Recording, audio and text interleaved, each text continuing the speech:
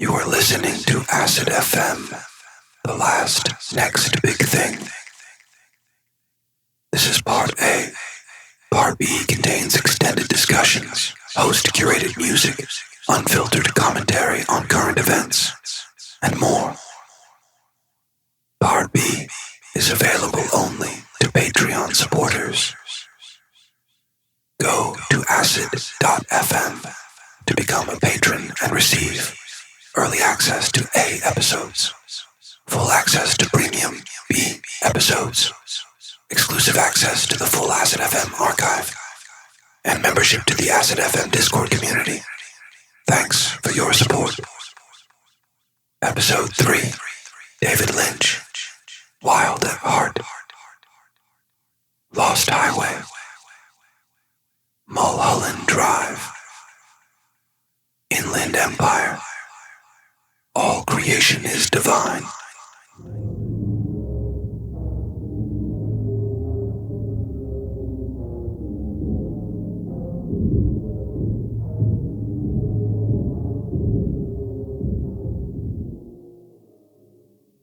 What's up, man? What's up, dude? How's it going? Good. I was telling you, it's B-Day. So, hey, boy. Pew, pew, pew, pew. Nice, dude. Happy birthday. Thank you. Yeah. Happy birthday. Yeah. It's been kind of like, I don't know. I've been pretty much just focused on this stuff. So I'm not really, like I was telling my girlfriend, I was just like, all I like really want for my birthday is like to launch this baby, to have this baby. So yeah, oh, sweet. I mean, we're doing it, so it's happening. The time is passing, whether you like it or not. Yeah. So today, we're going to talk about, I think both of us could agree, a very, very influential person for both of us. I am a huge fan of his work, and we unfortunately lost him this year. This week, we are talking about David Lynch, absolute legend of a visual artist, musician. He's kind of dabbled in a little bit of everything. And those that are familiar with his work, I haven't heard many people say they hate him. Maybe they just don't get him. Yeah. Yeah, he occupies this rare space where I think he's just respected by everyone who like knows what's up, to some extent, about cinema and about art in general. I just feel like he is one of the last of like a dying breed of these guys who, part of it is just the time that he was prolific in. It was kind of like a blessing that the stars aligned and the things happened for him that kind of propelled him into working in cinema at a time where it was really fruitful and, people were still financing kind of like avant-garde minded projects. But so we're not going to, you could always like look at the whole scope of his filmography, and there's a lot to pick through at each era. But I kind of, for this, I was more interested in focusing on what they call his mature period. And that includes all of what they also call the Los Angeles trilogy. So we went through Wild at Heart, Lost Highway, Mulholland Drive, and Inland Empire. And there's, I feel that, I'll just go ahead and say I haven't watched Twin Peaks: The Return, and you have. So this is where it's going to be interesting, and you can fill in my blanks. But yeah, I get the impression that there's his passing. He passed away in January 2025. He was 78. But I get the feeling that his passing kind of puts an interesting spin on some of what was divulged about the inner workings of his process as per Twin Peaks: The Return, and as per definitely Inland Empire and some of these latter era films. I know I was. If you just type in on YouTube, David Lynch on death, David Lynch on life, death. There's so many little segments of he definitely had a perspective on what he thought the afterlife was going to be, and he believed in what he calls the wheel of birth and death, and basically you just stay on that wheel until you reach supreme enlightenment. So maybe he reached it with Twin Peaks, and I'm just the dumbass that hasn't watched it yet. Nerd. But yeah, I've been a fan, but I had never really, I had kind of a sense of his philosophy, and you get a lot of it just through the nature of how his works feel and the messages that are conveyed. Yes. But it was interesting kind of taking this time to go and actually look at some of the things he said about his own ideas and his own processes and his own history. And kind of putting that into context with his passing and with these later era works. What do you think about? Do you think there's anything in The Return that's adds context to the ones that we watched that we're going to be talking about? Yes and no. I do think so. Kind of one of the things I did when I was in the kind of the research and exploratory phase preparing for this episode was I looked at a lot of his older paintings and his art. And when you watch The Return, I'm not going to spoil it, but for those who have seen it, will probably know what I'm talking about. You can spoil it. Okay, well, I can't really technically spoil it because the episode is so visually intense that it's impossible for me to describe. Yeah, that's the thing with his stuff. It's hard to spoil it because it's hard to really even be confident. I can't put it into words. Yeah, it's hard to be confident in your interpretation. Yeah, and you kind of said it in something I want to preface before going into all of this. For those of you listening who have not really watched a lot of his work, one, immediately go do that. Go check out some of his more prolific stuff. Twin Peaks, the show, is an iconic murder mystery, psycho, natural. I don't even know how to categorize it. It's just its own thing. It's like a soap opera murder mystery with weird dark humor. But something you'll notice with Lynch's work is sometimes it doesn't make sense and it just makes you feel. And that's something that's really important to remember is this. You might have scenes that show up, and you could go on YouTube and watch as many 4-hour movie breakdowns as you want by an obscure 500 subscriber channel. Shouts out to those guys doing the work. But a lot of it is just, you need to understand that there's more of a feeling trying to be conveyed rather than some crazy metaphor. And that's not to say that Lynch doesn't use metaphors. I think a lot of his work is loaded with metaphors, but sometimes it's good to just kind of be hey, this makes me feel a certain way rather than oh, what does this mean? But you get the sense that that's his preference too, is he gets really cagey and kind of uncomfortable. I think people, the older he got, people kind of stopped doing it, but you see him in these European press junkets where they're why don't your film make sense? Or they ask for what's the singular meaning behind something. I was watching, it was an event he was doing around the time of Inland Empire. And this guy he just straight up asks, what's the meaning of the three rabbits? And it's bruh, it's not a mystery for you to solve. Yeah. Yeah. It's I mean, we'll get into the specifics of Inland Empire, but Yeah. I think he bristles at those kind of like perfunctory, leading kinds of questions about interpretation. Yeah. Because he's so like it.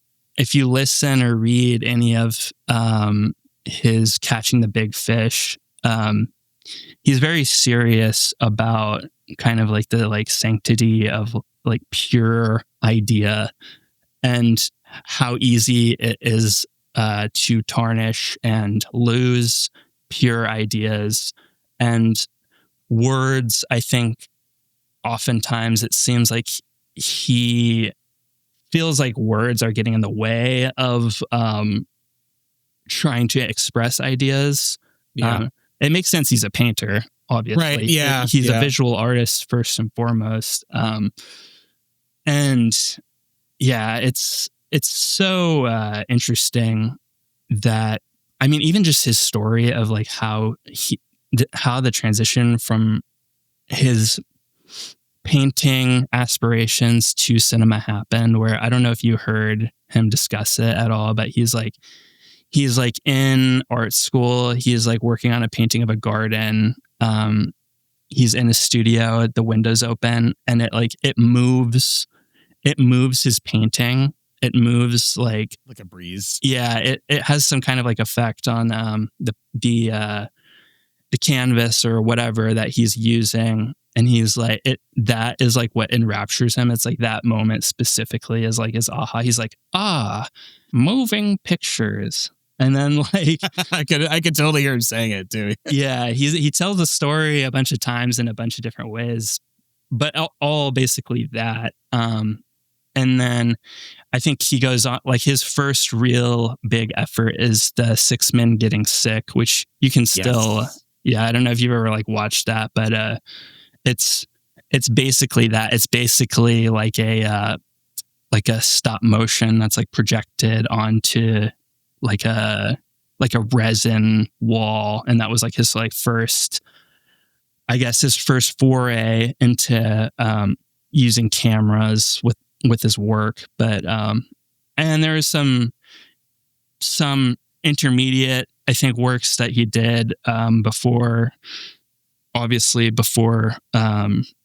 starting work on Eraserhead. But it really was that. It was this kind of moment of understanding the impact that the emotion can have on the kind of like perception of the piece, and really looking at it only in that, from that one vector.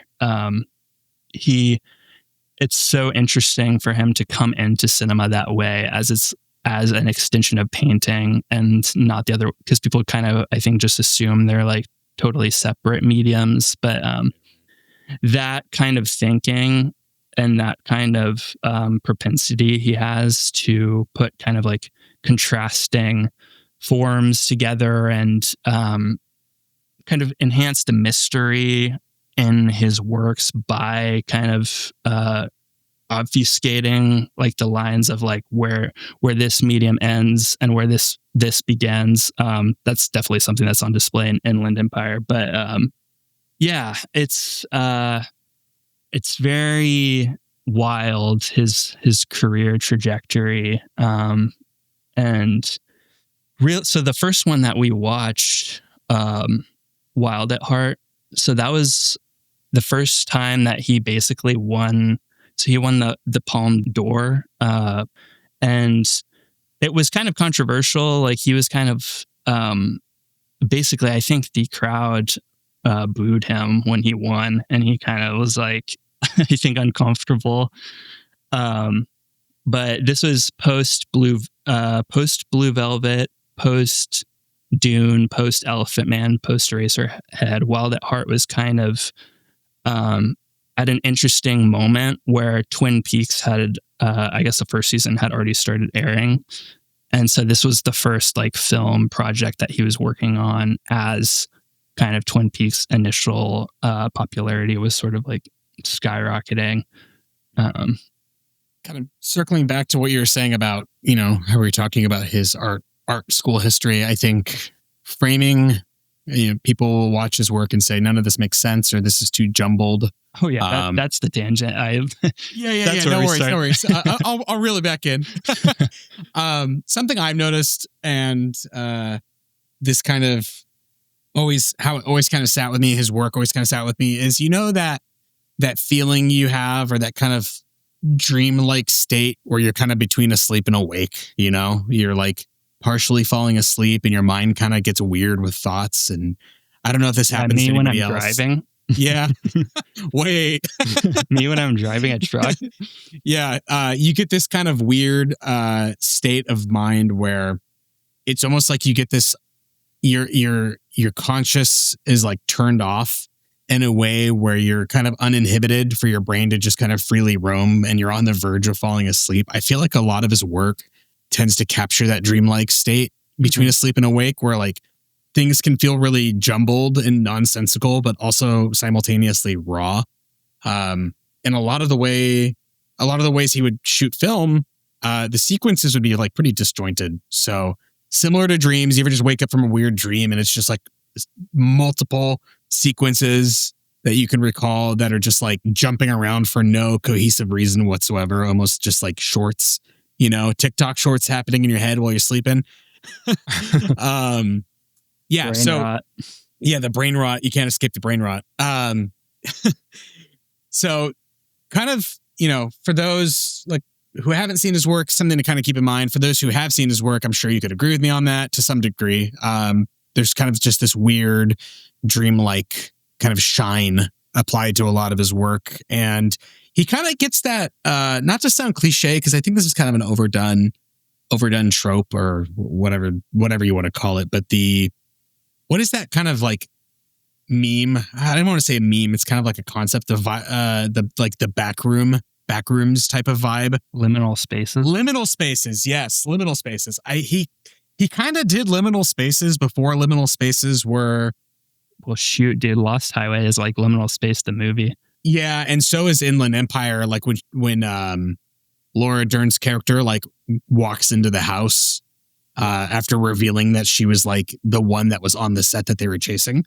We'll go into that later, but that entire house is like a liminal space in and of itself. Yeah. And the liminal space thing, it's very dreamy. So it does it, it's a good term, I would say, to describe a lot of his work, but not like the cliche way. It really makes sense. Cause like I listened to some of his Room to Dream. It's kind of like a collaborative autobiography where the biographer writes one chapter and then he kind of responds and like expands on the stories that they're telling at the different chapters of his life.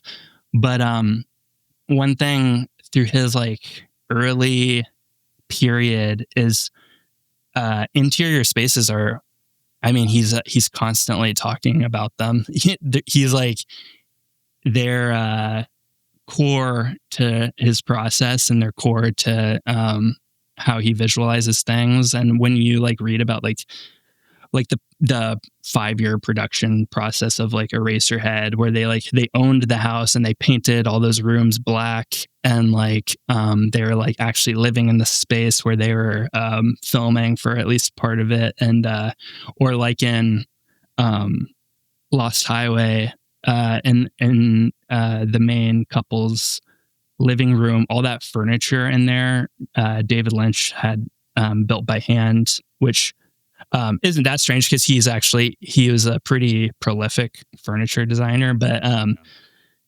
that's how important it is to him, to where he's like making like bespoke, like mid-century modern furniture because there's a point in it being there. Yeah. And even just the idea of like the liminal space as like as depicted in Twin Peaks by like the lodges, and it being this kind of like threshold, this threshold state between like dream and reality, where it's kind of just like it's consciousness, I guess, bubbling up and out of these not quite real lodge spaces. And I was curious too, I had heard that something that they make explicit about like kind of like a connective tissue across all of his work in The Return is the red curtain basically being the signifier of entering like a dreamlike space. Yeah. Yeah. I The mean, red curtain effectively is kind of like a weird. It's always kind of been like implied, but I had heard that there was a little more like tangible like explanation to that in The Return. But maybe not. Yeah, I it's been a while. I watched The Return when it first came out. So I'm a little rusty on it, but there's a few things that are kind of imprinted into my memory still that are I can't seem to forget. But the red curtain, I think, using that as kind of a signifier, even if you watch the first 2 seasons of the show and the film Fire Walk with Me, the red curtain, I believe, is frequently used as kind of a metaphor, like a prop for entering that kind of, I don't know, some people would say it's like heaven or hell or kind of like the in between, or it's a dreamlike state. It's one of those things. It's up for interpretation. I don't think there's like a defined meaning for it. I don't think Lynch has, I could be wrong. Lynch, I don't think he's gone on record saying, yeah, that's what that's for. I don't think he really does that at all, or really ever did that at all. Keep forgetting we have to speak about him in the past tense because, RIP, bless him. Fuck, man, it's been a weird year. Did you, speaking of that, and speaking of him building furniture, did you browse at all the stuff that was up for auction? So yeah, I did actually. And his Parker Fly, he has a guitar. He's a musician as well, for those that didn't know. The David Lynch, I got to look this thing up because I want to see what it went for now. But I think it was about $50,000 at the auction. He had a Parker Fly Deluxe, which for the guitarist listening, you know what that is. That is a freaking rad guitar, way ahead of its time. Okay, it sold for $32,500. It's a $5,000 guitar. You know what the highest price item was? It was the Ronnie Rocket script. Really? Yeah, that was always the film. Whenever he would finish something and people were asking what he was working on, he'd always say Ronnie Rocket. Oh man, that's crazy. So Lost Highway also sold for the same price as the Ronnie Rocket script. Yeah, $195,000. Yeah, it's pretty wild just looking through all of his stuff. I love all of his furniture pieces and so much like nice like Herman Miller and just random mid-century stuff. I thought it was hilarious too that I was like saving the pictures of all of his books because I'm like, oh, nice alpha. I get to just absorb his library with the pictures. But I thought it was hilarious. He has all these like paperbacks and he has like obviously a lot of art books and books on transcendental meditation and reference books. But in looking at his literary fiction, everything is like basically in good condition. But the one that's like super dog-eared and like toe up is Atlas Shrugged. So I was like, that's proof he is conservative. Everyone who said he wasn't a Trump supporter is wrong. We got him. Ladies and gentlemen, we got him. Yeah. I was just like, the heavily worn copy of Atlas Shrugged is the biggest tell of all. It's like literally on the top of the stack, and it's like it's the only one that looks like it was just like read. Like I'm looking at it right now. Read like 5 times. Yeah, I see it. That's great. Yeah, there is. Good catch. That's kind of one thing I find implicitly interesting about his work too is it's not that he is explicitly right-wing or ever really outspoken about politics. I think he's gone on record as saying like he like voted for Reagan, and I think he voted for like Gary Johnson, and then I believe like, I don't know, Bernie Sanders or something, but they're maybe more moderate. Yeah.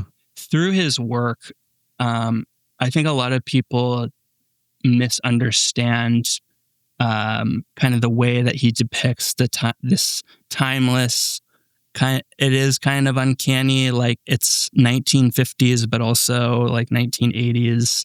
There's never like a clear sort of like isolated temporal like slice that's being depicted in his works.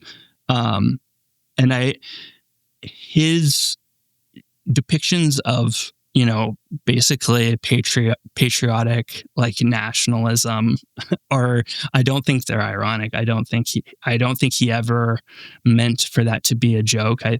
I mean, he a lot of for many years, his credits, like when he'd be asked for his like credits, he would just say like David Lynch, like Montana Boy Scout. Like, yeah. Like he really was that guy. And you get a like sense of just how, when you read about his childhood and his memories from childhood and the kind of childhood he had, which was like in the Pacific Northwest, in Idaho, in Virginia, it was a very kind of idyllic, like classic kind of like boys upbringing. And I think he does not look at any of that stuff with a kind of like irony. I think he truly pines for the innocence of, America, like pre whatever. Yeah, I would pre 1960s. I would maybe say not so much nationalism, but more Americana. Like, it's kind of like a surrealist Americana for a lot of his work. Yeah. And I think he hesitates to ever like make anything like political. That's like not his swag to like do that. That's why it was interesting. So like when, I guess it was like around the time Twin Peaks: The Return was airing, and he had made that comment about, Trump, which a lot of people interpreted as him supporting Trump. But even what he actually said, and, it'd be easy for me to be like, yeah, like, yeah. and just like ignore all the context. But what he was saying is that Trump has the capacity in him to be the greatest president of the United States history because of the impact and the kind of destructive force of his election, and just how nobody had really. This is in 2018. He made these comments originally, and I think he was just kind of commenting on like it's interesting the nature of how nobody could really counter Trump in that moment. Up through his election, but there were not a lot of kind of potent articulations against Trump and his rise. And I think that's more of where Lynch was coming from. I don't think he was necessarily supporting him in a like political endorsement kind of way, but I think he was intrigued at just the kind of like transformative nature of his election and what that represented for the country, and like just basically how insane the world went. Yeah. This is a man who saw idealist kind of classic American culture, 1950s and on, and he got to kind of see the transformative effect of everything, and just the acceleration, I guess you could call it. I don't know. There's like a company into words. There's like a sense where you can kind of see Lynch and Trump along the same kind of like aesthetic paradigm, because they're both like quintessential 80s guys. And I remember seeing a quote, someone was interviewing David Lynch, and basically it was like after, I think it might have been when he was doing press for Blue Velvet, so like 86, 87, but he was saying that he was really starting to like the 80s because it reminded him of the 50s, which is kind of a that's like an abstract way of saying "Make America Great Again." Yeah. But I also feel like that's kind of like Trump's ethos is like he's an 80s optimist who, you know, grew up in the 50s and 60s. So I think they have that shared kind of like, they have that shared desire, I think, for a more innocent United States. And with Lynch, it obviously manifests in ways that are sometimes subtle, sometimes more abstract or explicit throughout his entire opus. But yeah, I do.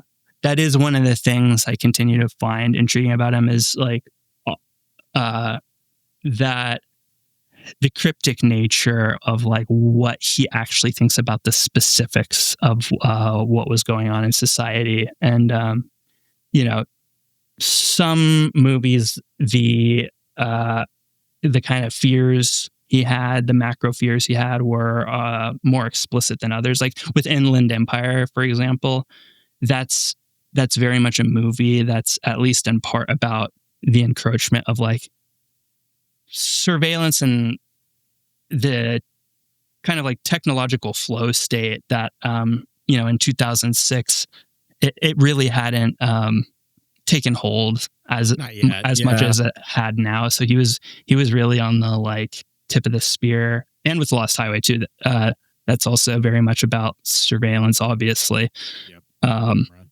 So that seemed to be something that was kind of a, you know, an aspect of his psychological makeup that it seemed to be something he was actually explicitly worried about in our society is the expansion of a surveillance state. But, you know, that's also me extrapolating a little bit. Hey, that's very Lynchian of you, dude. But I guess, do you want to go like just start talking about what we watched like in order? Yeah. So let's go through the movies. So Wild at Heart, I got some notes. Wild at Heart came out in 1990. It's 2 hours and 5 minutes. It's a very kind of sexual, violent movie. He himself, his tagline that he used for it was, "It's a love story in hell." Yeah. And that's basically what it is. Yeah. What did you, so you were saying before we started recording, you had kind of so you, on first watch, you didn't feel very strongly about it, but second watch, something clicked. And first watch, I think my problem with it was that I came from watching the later movies. So I had watched Inland Empire years ago, rewatched it in the last couple of weeks to kind of refresh myself.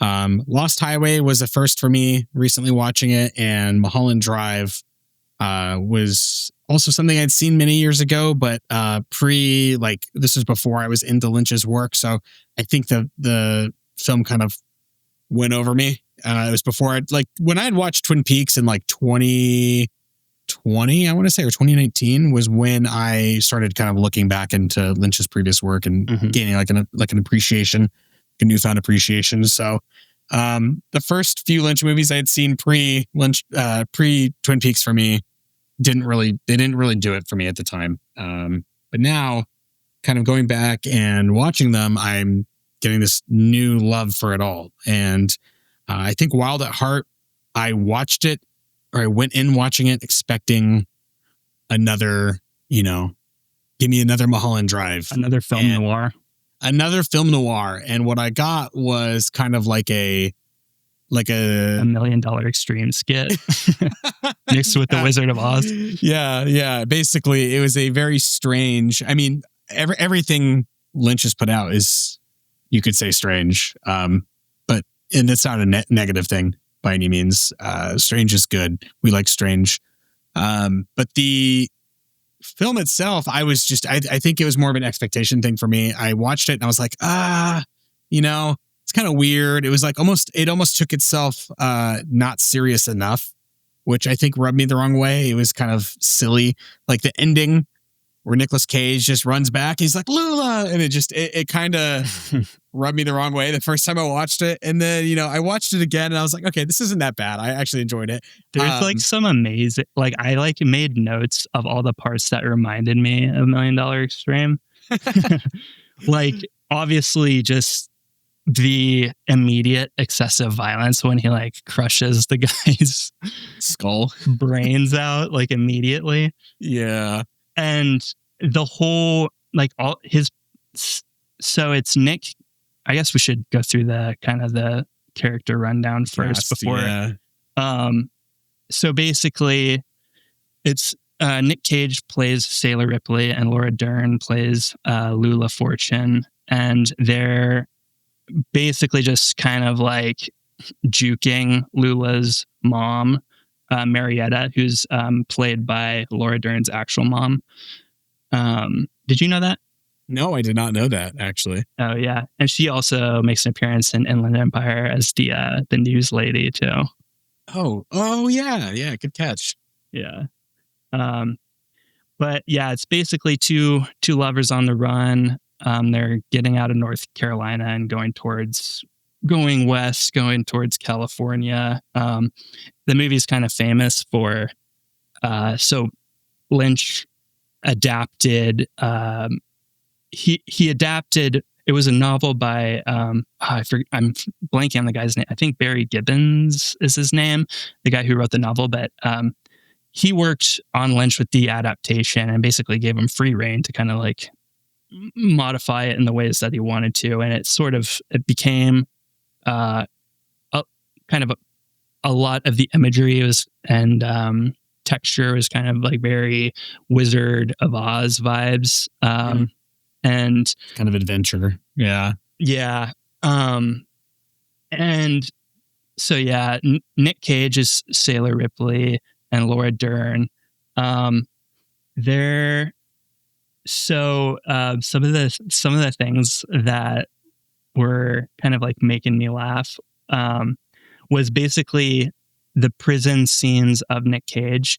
They were so making me think of The Man Who Would Never Be What They Made Him to Be, the skit and the first season of World Peace, where it's just like Charles in jail, like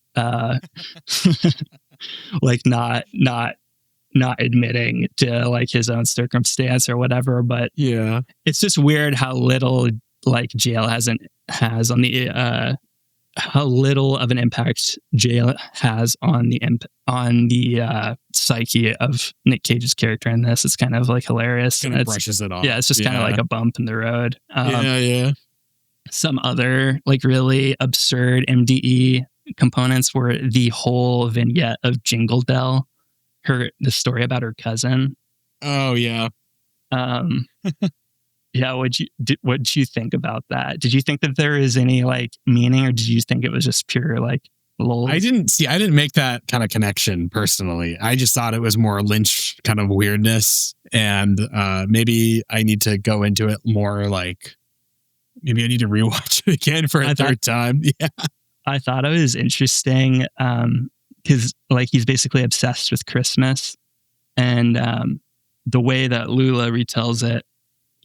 She says he's obsessed with the aliens that killed Christmas, and he was obsessed with the notion that the aliens control the weather. And I was like, who are the aliens? But then so what made me laugh in that scene is because then she talks about how he kind of like he spirals into insanity, and he's like just making like stacks of sandwiches, and then the sandwiches bring the cockroaches. And he starts putting those like in his underwear and then and then on his anus. But then the cut to her from her telling that story to Nick Cage, and he's just like, hell, peanut. that got me like, that was like an LOL. Yeah. And his reactions. Yeah. I think his recommendation is like, man, you just got to visit that old Wizard of Oz and get some good advice.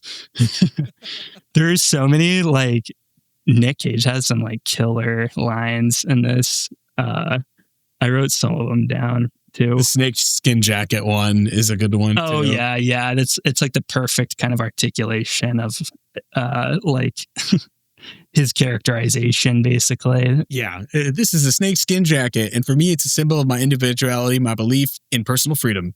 Yeah. Yeah, dude. When he said it again, like at the they were at the metal show and dancing, and he got in the fight with the guy, and the guy said like something negative about his jacket, and he like dropped that line again. I was like, oh yeah, I love it. Yeah. The first line of his that killed me was so when Bob Ray Lemon, the guy that Lula's mom sicks on him at the beginning, the guy that he kills, when the fight starts, he's like so nonchalant about it, even though he looks like crazy, like his normal acting style, but he's just like, uh-oh. And then I had a boner with a capital O. when he's telling that Dude. When he's telling that story about the girl before Lula that he got with, and he's like, I had a boner with a capital O. There's just so many, like, it's like, are these from the book? I feel like the book would be hilarious, but I guess the book actually ends really differently than the film. Interesting. We got to talk about Bobby Peru, Willem Dafoe's character. Oh yeah. Dude. Oh, probably my favorite character casted on the show is Willem Dafoe's character, Bobby Peru. Yeah, he's that motherfucker is grotesque, dude. Yeah. It's the like fake teeth that they gave him cracked me up when I saw it. I was like, oh man, that is gnarly, dude. You could smell his breath watching it when he's like doing that kind of assaulting scene with Laura. He's the only thing in the movie that was like genuinely scary. Yeah. The way that he joked with Laura after, like, he basically forces her to like consent to whatever he's gonna do, and then he's like, psych. And then like laughs about it and like leaves. It's just like his mind is so warped, and like there's a couple of times where he like reveals like what he thinks is funny, and it's just like super like viscerally disturbing. Yeah, that scene with Lula is intense. Oh yeah, some of the other MDE-esque things I documented were obviously the Marietta lipstick scene, where she's just like the guilt kind of like consumes Lula's mother, as she's kind of like spiraling into Wicked Witch mode, and her like bright red face, and there's comical jump scares to her like red face, and like chugging martinis, like basically to the end of a sequence. She's like, and then it's just like fades to another scene. And also a lot of the SFX and like editing, like there'd be like the pitch shifted voice of the guy at the bar in New Orleans. I was just like, what? And then there's like, oh yeah, that part that was very Lynch. It was just kind of like it happened, and you're like, okay. And there's just like death metal like riff interludes during the movie, and Power Mad, the band Power Mad, is like a really repeated presence, and like actual like audio ear rape, where it's like stuff just gets like crazy loud and like broken. Also, it happened really quickly, but I thought it was so hilarious when that the homeless guy towards the end, he's like looking at that injured dude in the street in Texas, and he's like, same fucking thing happened to me last year. She, and then it like fades into like a train whistle. Yes. I was like, all of that stuff was hitting such like Sam Hyde notes. Yeah, very like early Adult Swim energy too. Like kind of YouTube poop-esque for those that know. Yeah. Just like you like comical jumps, the comical jump scares and the ear rape and the stuff like that is just like, oh my God. Yeah. Oh man. But yeah, basically, I mean, so they go from North Carolina. Then Sailor goes to jail for 2 years. They get out. He gets out, and then Marietta tries to intervene in their relationship further, and she has her kind of like ex-lover Johnny follow them as like a detective, but she also involves Santos, who's like this mob boss guy, and things get kind of like violent and out of her control, because what Santos reveals is this bigger system of kind of like contracted killing that's like there's this like kind of subterranean ecosystem of like sex slaves and like assassins and stuff and in the world, and that's revealed through his calls to Mr. Reindeer. I thought there is a couple an interesting early visual motif is like toilet imagery.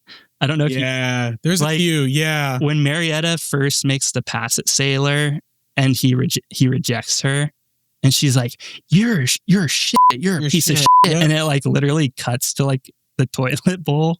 Yeah.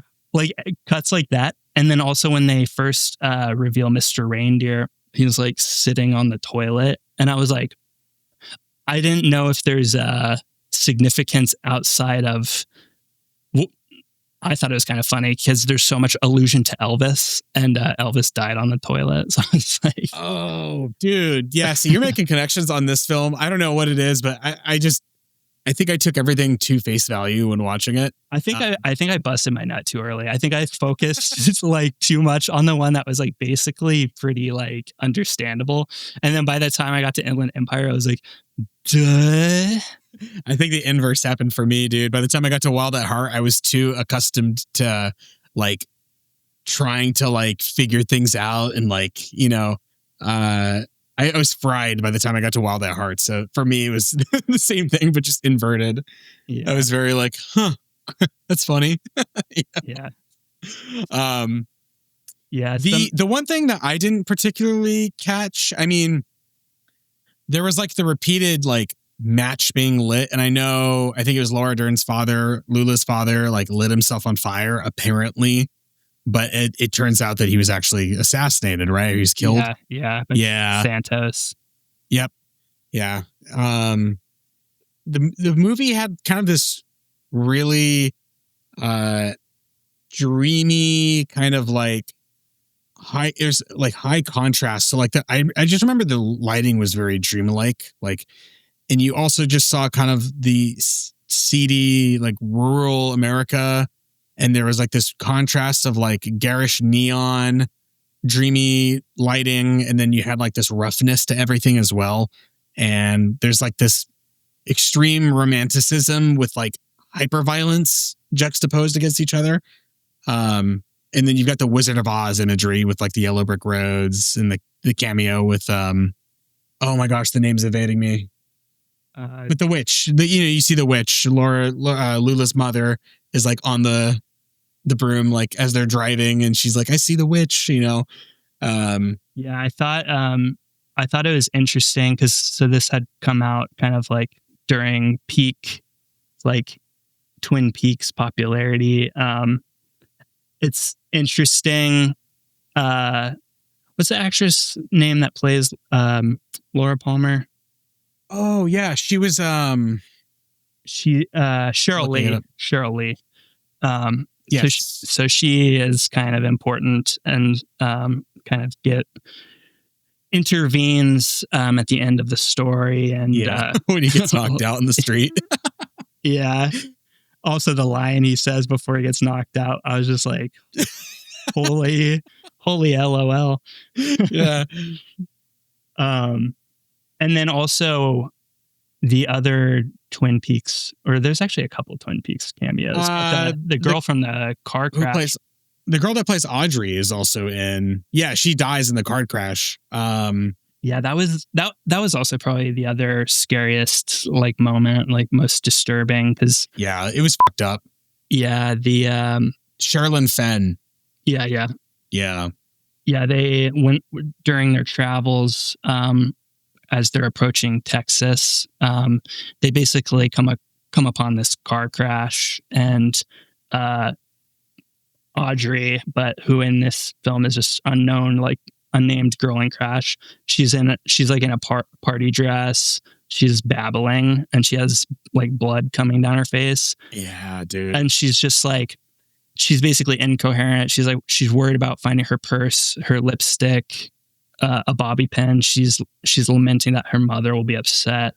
And then you kind of realize like, oh, she has like a severe brain injury, and she dies in front of them. And that's kind of like right at the beginning, I would say, of like the climax of the film. So they go from North Carolina, and then the middle part is kind of New Orleans. And Texas is sort of where all the shit like pops off. And basically that scene is sort of like a bad omen of like everything that's about to go down. Yeah. It's yeah. Oh, yeah, there's so many jump scares. I just like in my notes, I was just like jump scare, like the jump scare of like the albino lady singing in the club, the jump scare of Juana, who I think she's the one that plays the visitor in Inland Empire, but there's a jump scare with her too that's like very, very intense. And jump scare. So the guy from Eraserhead, Jack Nance, he also has an interesting little moment where he's talking about dogs. He's talking about Toto, and he starts barking, and like it's like so loud. It's like also ear rape. Yeah, there's a lot of that.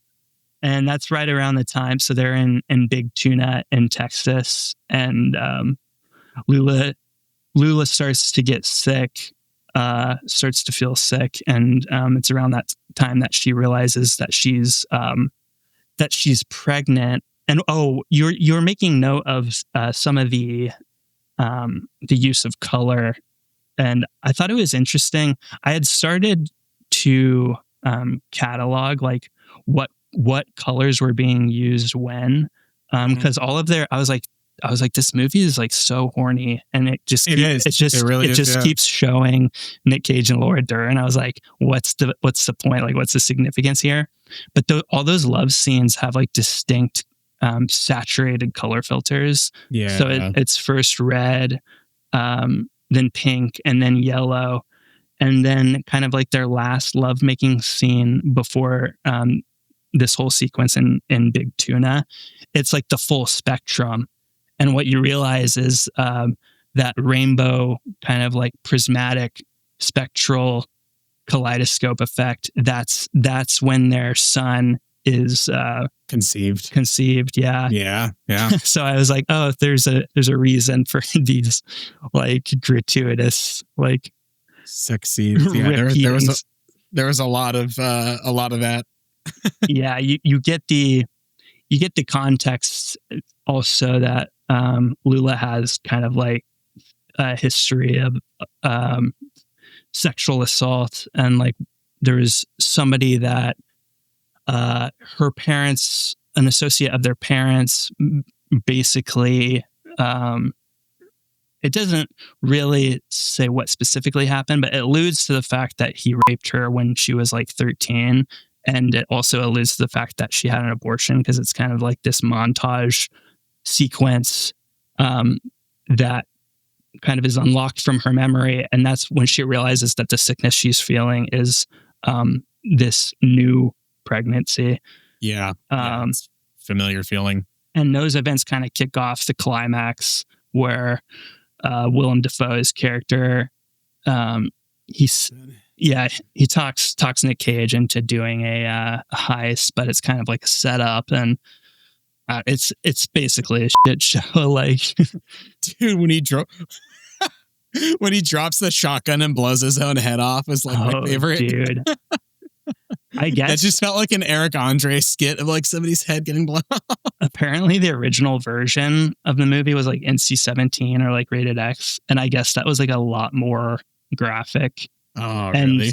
Yeah, they basically just changed it to like a pumpkin exploding. But dude, yeah, that's such a funny, like shooting his own head off. And then like, so Willem Dafoe, he shoots the clerks at the feed store, but then they both like live. But then one of them loses their hand, but then like a dog just like dog takes the hand. Yeah, just such a crazy scene. And that results in Nick Cage being an accomplice, and so his character Sailor, he goes to jail for 6 years, and when he comes out, Lula's back waiting for him with their now 6-year-old son, and it's kind of like the emotional climax of the movie is like, you think he's gonna bounce, but he has a revelation after getting beaten up by like a street gang, like a gang of it's like a Charles Bronson weird Mad Max gang. Yeah, just a crew of random nobodies up to no good, yeah, super varied crew. Yeah, just like a bunch of hooligans. But yeah, it's a interesting film. I think it's definitely worth watching. It's not as much to chew on, I think, as his more mature, like the LA trilogy stuff, but it's like there's enough humor in it that I think it's like, I don't know. Yeah, and I think that's why I watched the LA trilogy first, and I was expecting a certain tone, and then going back to Wild at Heart. That was probably the reason for my initial distaste of the film. But yeah, on the rewatch, I found myself enjoying it much more once I kind of stopped taking it so seriously and expecting such a more... It just wasn't like... It was dramatic, but almost like in a cartoonish way. Whereas the LA trilogy is dramatic in a there's like no humor like baked into it. It like Wild at Heart was almost like self-aware that it was like ridiculous, which I think it's a good trait. It's for sure a good trait to have for a film. I enjoyed it. It's fulfilling for me too, because have you ever seen the movie Raising Arizona, the Coen brothers movie? I have not. Oh, you got to check it. It was from like 1987, but Nick Cage plays a similar kind of guy. I really wasn't that into him until like the last couple of years. Like I just went on a binge of like watching all of his stuff. Raising Arizona, I think, is like probably why Lynch wanted him for this. Similar kind of character, but it's a Coen brothers movie. It's kind of like what do you call it? A dog chase cat chase mouse type movie. But it's like also kind of an absurd comedy the way that they do. And there's like a lot of like random violence and crime, but Nick Cage is hilarious in that. And it's just funny seeing his approach to like characters like this. Yeah. The accents are so over the top. Yeah. Of all the characters. It's great. That was another thing that killed me at the the first Elvis song he sings at the Power Mad show, where there is the just repeated sound effect of like the screaming. Yeah. Yeah. It's just like someone pressing a button of like it's like may as well just been like the like, yeah. I love that crap. But okay, so we'll move on. Yeah. So Lost Highway, I had seen it before, kind of piecemeal. Like I had seen it partially before, and then I had done like a concerted viewing, like when I was in college at some point. But I hadn't watched it since then, and it definitely like hit different this time. Like I feel like I grasped more of like what was happening on this viewing. Yeah. What were your first impressions of it? I'm at your house right now. Yeah, dude. I loved Lost Highway. Lost Highway was awesome. The kind of neo-noir energy, the continuity of it is effectively like looping on itself. Yeah. They say it's like a Mobius strip construction. Yeah. The morphing mid-film, the visual effects too of that weird brain like thing, like it just looks like they used an actual human brain and like did some like crazy like strobe lighting and like electrifying of it. But when it like goes into his like fractured mind and you see this like pulsating brain looking thing, it's like that grossed me out every single time. Yeah, dude. So Bill, we'll go over the characters. Bill Pullman plays Fred. Patricia Arquette plays Renee/Alice, which matters significantly to the plot because of the kind of dual role. And then Robert Blake plays the mystery man, which in my opinion was like probably one of the craziest characters in any Lynch film. Yeah, he's also straight up MDE. Yeah, just like pure id. Like, yeah, dude. Yeah, he kind of represents this like loveless energy, this kind of just darkness.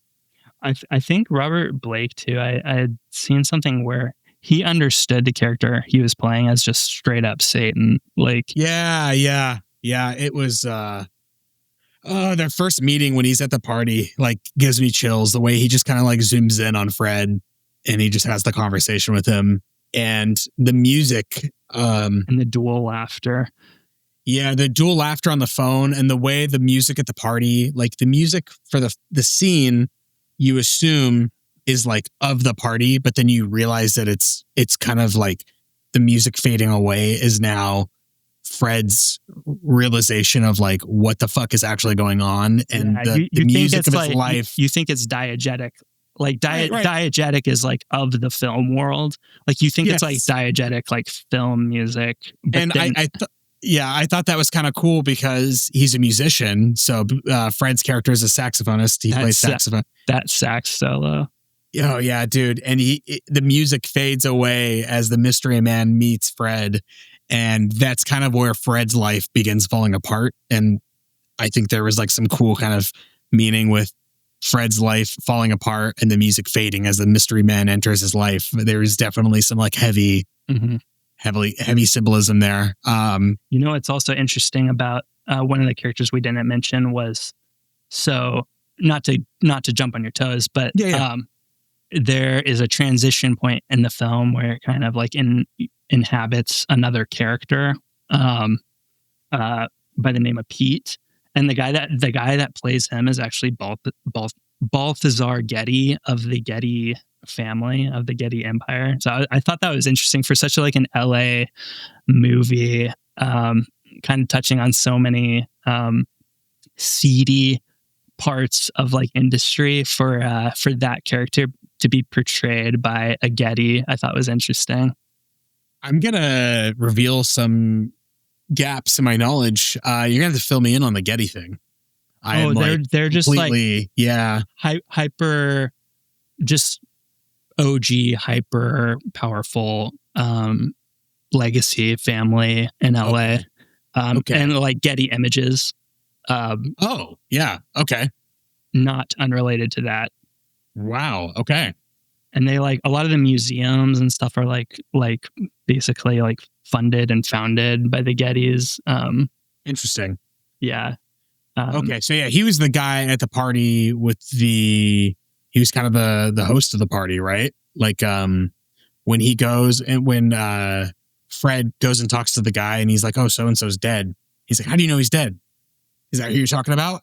Oh no, I'm talking about so Pete, who is basically the split psyche, like the second half of the movie, the young mechanic. The mechanic, yeah. That is the Getty, the guy. Okay, got it. Yeah. He's just of the family, but okay, interesting. Yeah. Huh. Yeah. the kind of contrast, and something you'll see in the Lynch films over and over again, is there's always a lot of like stark contrast, just heavy usage of contrast. All of the like interiors of the film, especially like his Fred's apartment, they're just like drenched in like shadows and kind of more that liminal space energy. And then when they're outside, it's kind of like a sunny noir LA energy being captured. A lot of kind of stillness being used as well in the film to kind of capture like some eerie kind of tones. The soundtrack was kick-ass. A lot of industrial music. Thank you, Trent Reznor. The intro song is David Bowie, and the song is just called "I'm Deranged." in case you weren't sure what the movie's about, but yeah.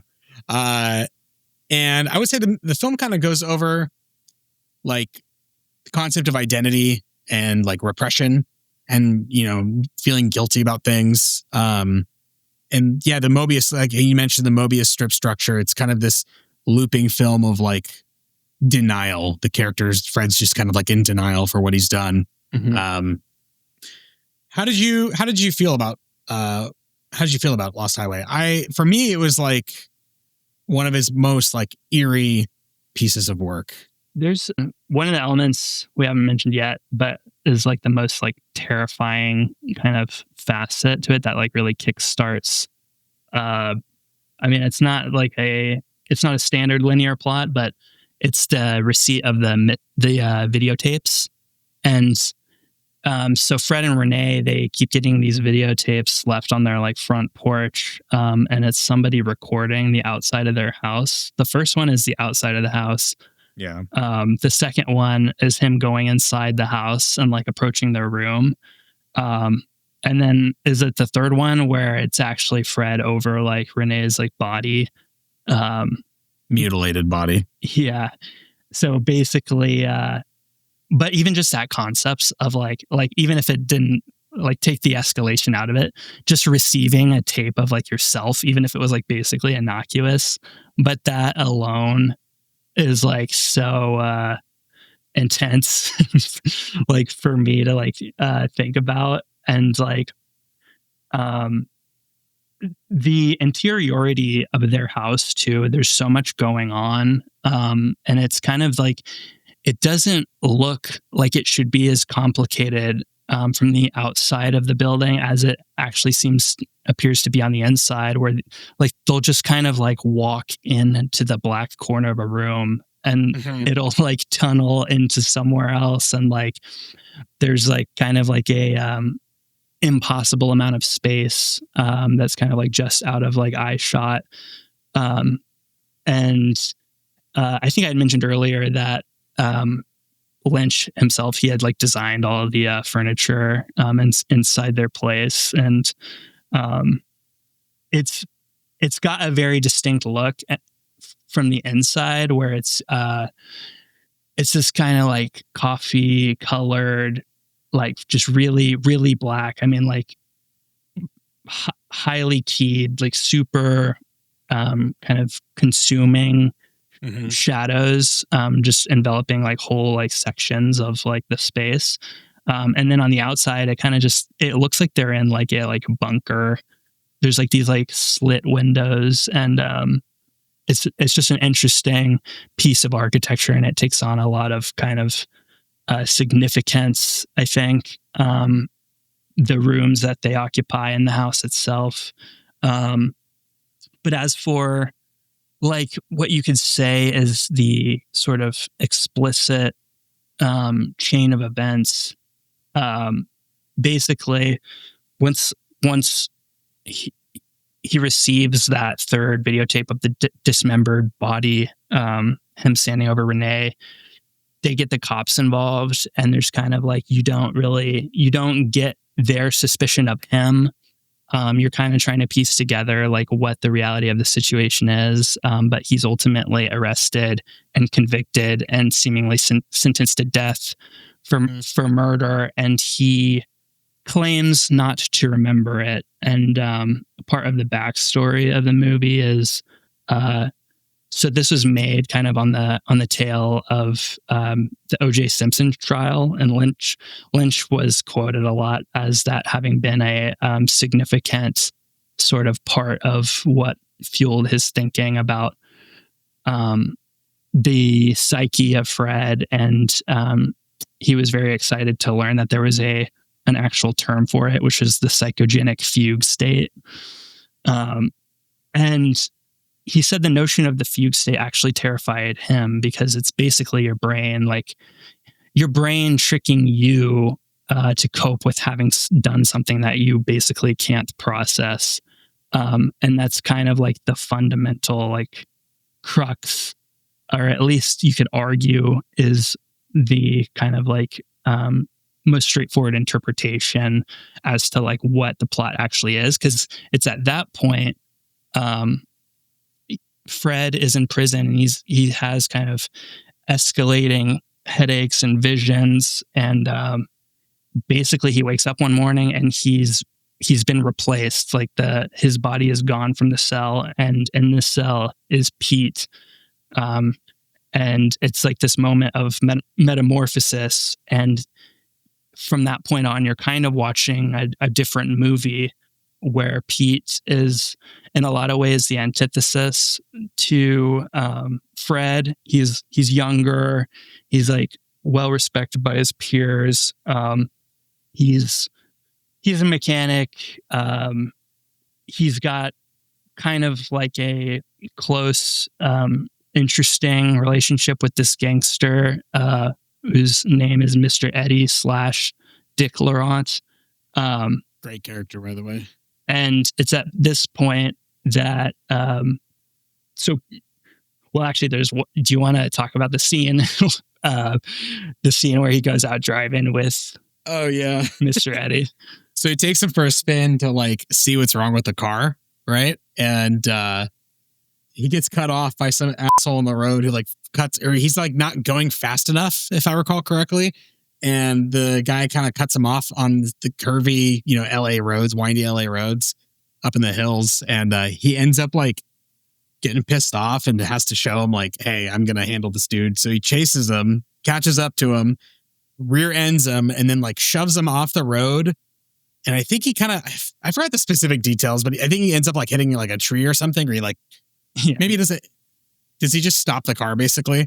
Yeah. He like basically like gets behind the guy and is gonna like push his car over the like cliff, and the guy, but he like crashes into a tree or something, and he gets out of his car and he's like crying, and then Mr. Eddie comes out with a gun, and you get a sense of like kind of like a disturbing, like not technically incorrect, but like an insane sort of like moral system where he just basically is ready to like blow this guy's head off for tailgating him. But yeah, just classic scene. The actual his actual like performance in that scene, it's like you can't even really describe it. It's like you have to see it. Yeah, it's just insane. Yeah, you have to see it. It is phenomenal. But so basically the girlfriend of that character is also, so it's Patricia Arquette, but with blonde hair, and you're kind of like left, you don't really quite know what to make of that yet at that point. But Pete kind of has a thing for her. So her name is Alice, not Renee. And their kind of like thing turns into like an actual like tryst, like an actual like little affair. And it escalates in a pretty dramatic way, which basically just it leads towards the beginning of the movie. And it's so I was looking at my notes here. You're good. So Pete he sees a photo that shows both Alice and Renee together. He's like, is that the mind fuck? Yeah, he's like, is that you? Are both of them you? And like this moment, it basically provides proof that like whatever the kind of like constructed or depicted reality is like unstable. Yes. And this kind of triggers in Pete like a similar kind of headache and nosebleed, like some kind of not unlike what was happening to Fred. It's sort of like splitting at his mind, and you as the viewer still quite aren't clear as to like who, like what the distinctions are and how all these different people relate. But yeah, there's an escalation. It basically involves Alice sort of controlling Pete, and having her kind of like clear the path and getting rid of people so that she could kind of like do what she wants and like escape the way that she wants, while also informing Pete that you'll never have me. That scene where they're yeah, dude, where they're like at the that like hut or that cabin outside of it. Yeah, that's the moment too where that triggers the transformation back into Fred, and you sort of can start to articulate that this whole sequence where we inhabited the perspective of Pete was basically, at least most interpretations seem to say that this is kind of like an extended fantasy sequence or some kind of fugue-like cope that Fred's subconscious or whatever, his mental framework split and dissociated him so heavily from his actions that he was like living as this other personality. And then it kind of it's interesting the way that it kind of loops back. So you find out that the relationship to Mr. Eddie and Alice is that he's like kind of like a porn kingpin. Yeah. And she's basically making like adult films, and it's not quite clear if like she doesn't like want to do it or not. But Fred ends up the mystery man and Fred kidnap Mr. Eddie / Dick Laurent and take him to the desert. And the mystery man provides Fred a knife, and he slits Mr. Eddie's throat. And basically the closed loop on like the actual perfunctory like plot points is that Fred returns to his house and to the intercom and says Dick Laurent is dead, and that's like where the movie starts. So it's like a circular narrative structure and suggests basically like eternal recurrence of like it's going to keep happening. Like he's just like stuck in this like perpetual like loop.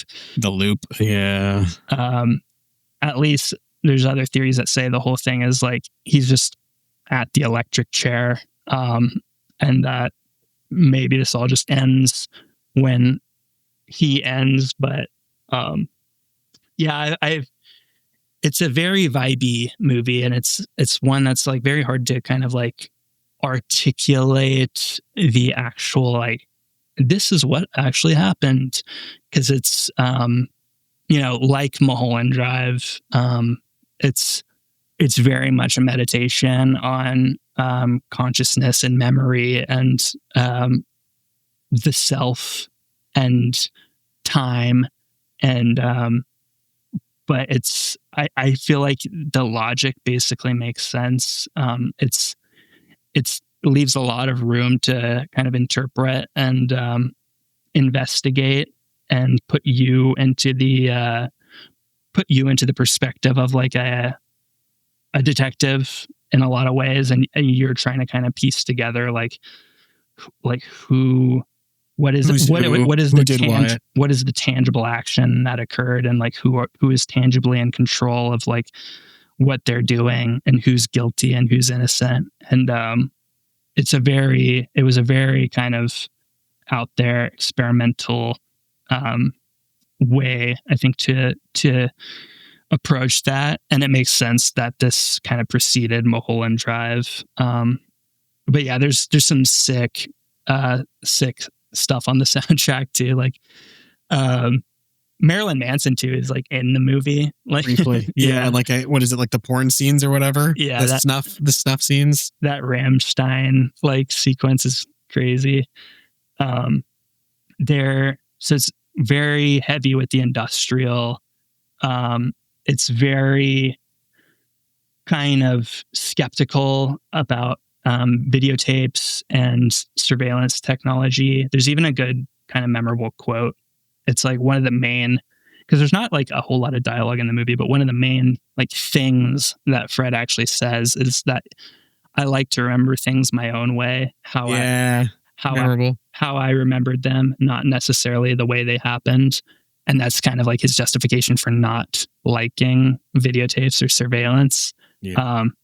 But that is an intriguing notion of like, what does it mean for your memory to be different than what's on videotape, and what is the significance of that, and what is the significance of like who's holding the videotape, which in this case is the mystery man.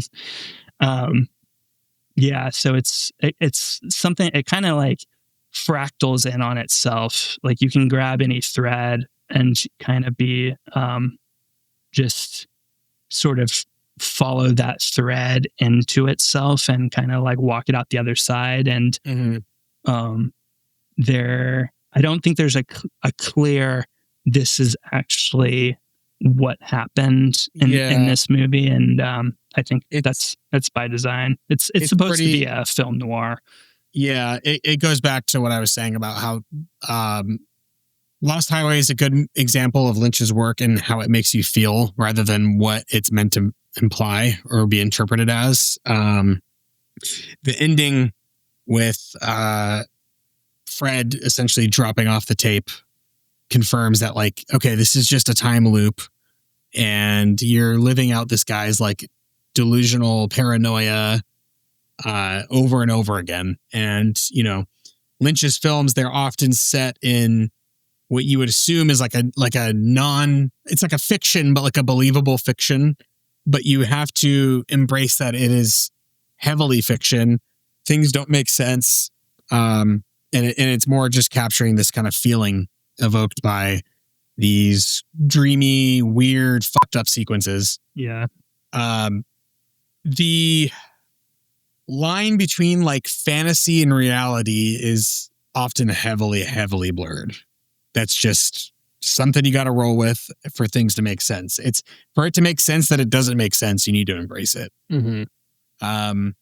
But yeah, I would say Lost Highway is probably one of the more unsettling films Lynch has done. The scene with him, the driving scene on the highway itself, like as the title implies, like just that view of like the front of the car going through like a pitch dark highway is very, very like unsettling to watch. Apparently the phrase Lost Highway, it was in a different book written by that same guy that wrote Wild at Heart, Barry no Gibbons. Way. Good little trivia. And that is like what sparked the whole notion in the head of Lynch, and him and that writer wrote the script for this. So it was the same writer as Wild at Heart, but this was not an adaptation of a pre-existing book, but the phrase Lost Highway was pulled from one of his books, and that kind of got Lynch's imagination going. Interesting. So yeah, Lost Highway, definitely one of my favorites. One of my favorite pieces of Lynch film. How about yourself? Would you rate it up there? You think it's okay? I think, yeah. I mean, it's always. So I've basically watched it like 3 times now, and it's always interesting. It's like there's like always more that can be kind of like unlocked or like contemplated. And I think it's weird. It doesn't get a lot of kind of like props as like being one of his like best, but I just think it's like it's very kind of clean and like well executed, and there's nothing like really over the top, and things just like it's a very light touch, but just makes things so disturbing. Like everything, all the scenes with the mystery man, but like the cabin kind of reverse shot explosion, that really stuck in my head. The what were some of the other moments that were, well, obviously the all the stuff with the videotapes is just, it's so vibey and like creepy and effective, and anything in the interior of the house is just insane. Like when they're when he like towards the beginning actually just like pursues going into the blackness, and you're just like, wait, like how big is this like house? Like what are the physics of what's happening? And you lose your trust for your senses very early on. But I think it's awesome. Oh yeah, and it's funny that Henry Rollins is the freaking prison guard. Henry Rollins from Black Flag. Oh damn, nice catch. I seem to miss a lot of those like smaller trivia, like cameo things. I don't know. I need to keep my eyes peeled a little more. Should we move on to Mulholland Drive next? Yeah. So go ahead. You go. All right, I'll take this one. So Mulholland Drive came out in 2001. Again, it's part of the LA trilogy, as it's called. This is the second film in the LA trilogy. It kind of starts out as like a dreamlike noir. Shocker. Main character Rita, one of the main characters, Rita, meets like an aspiring actress named Betty who moves from, I don't know if they disclosed where she came from. Do you recall? Betty, I think it's kind of just like generically like Midwest or something. Yeah, just kind of fly over, moving to California just for the big dream. So Naomi Watts stars as Betty / Diane. Laura Herring plays Rita / Camilla. And then Justin Theroux plays Adam. He plays like as the director character and the industry, dealing with all the industry bullshit. And he's kind of like a stand-in for Lynch, like explicitly in this one. Really? Like. Yeah. I don't know. I'll see if you agree when we. So the film kind of goes over like the Hollywood dream versus crushing reality, and I don't want to get too into the plot, like specifics in the summary, because I think those who have seen it, you know the film. I'd rather kind of talk about more of like some implicit meanings and themes and things like that. So yeah, it kind of goes over the Hollywood dream against the crushing reality of what happens to most people when trying to chase their dreams in Hollywood. Kind of the dark, seedy nature of like the industry. And there's a lot of like saturated visuals of Dream LA against like very drab portrayals of the real world.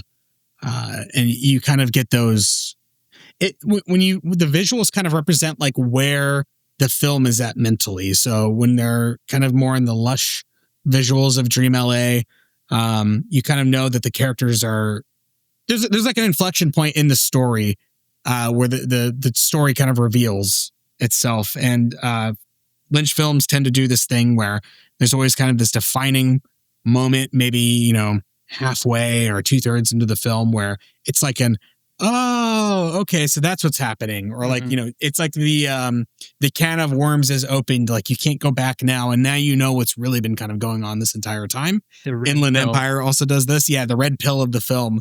Inland Empire also does this. Lost Highway does this with the transformation between Fred and Pete.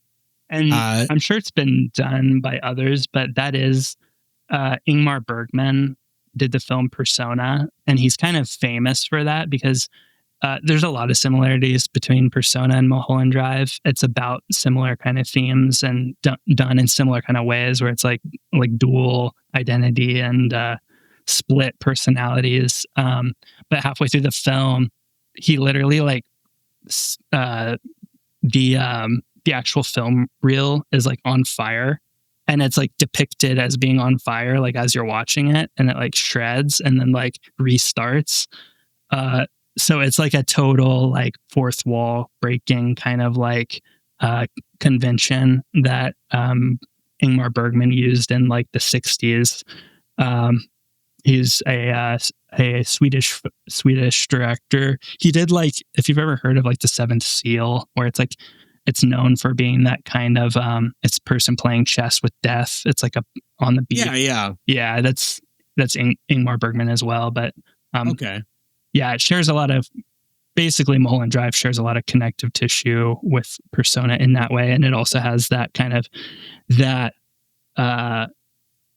like pivot point that is, almost made like a literal split. Yes. And yes, so continue. What were you? I didn't mean to cut you off there. Oh no, you're good. You're good.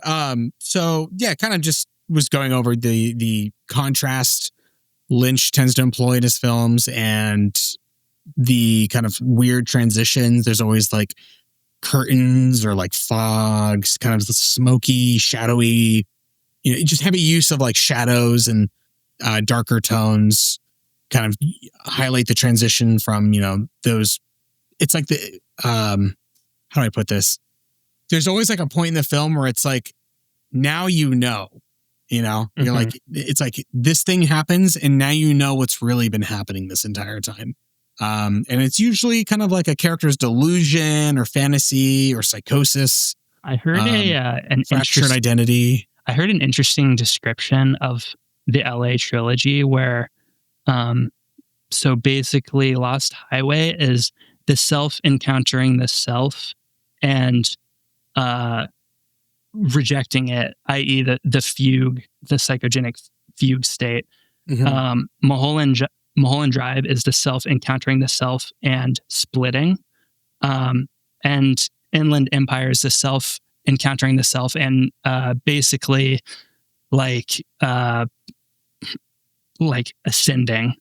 It's like enlightenment is what they ascribe to Laura Dern's kind of psychological state in terms of everything kind of like collapsing and her achieving her purpose kind of at least arguably by the end of Inland Empire. But basically the three movies are all kind of like a different outcome of the self encountering the self and the fallout that results. Interesting. Yeah, I can see that being a thing. That makes a lot of sense now. You were saying, that initial freaking jump scare. Yeah. Okay. So we're gonna get a little weird with it. So for those who have seen Mulholland Drive, about the jump scare that occurs at the diner scene early on in the film. It's like a 5-minute. I call it the 5-minute long jump scare.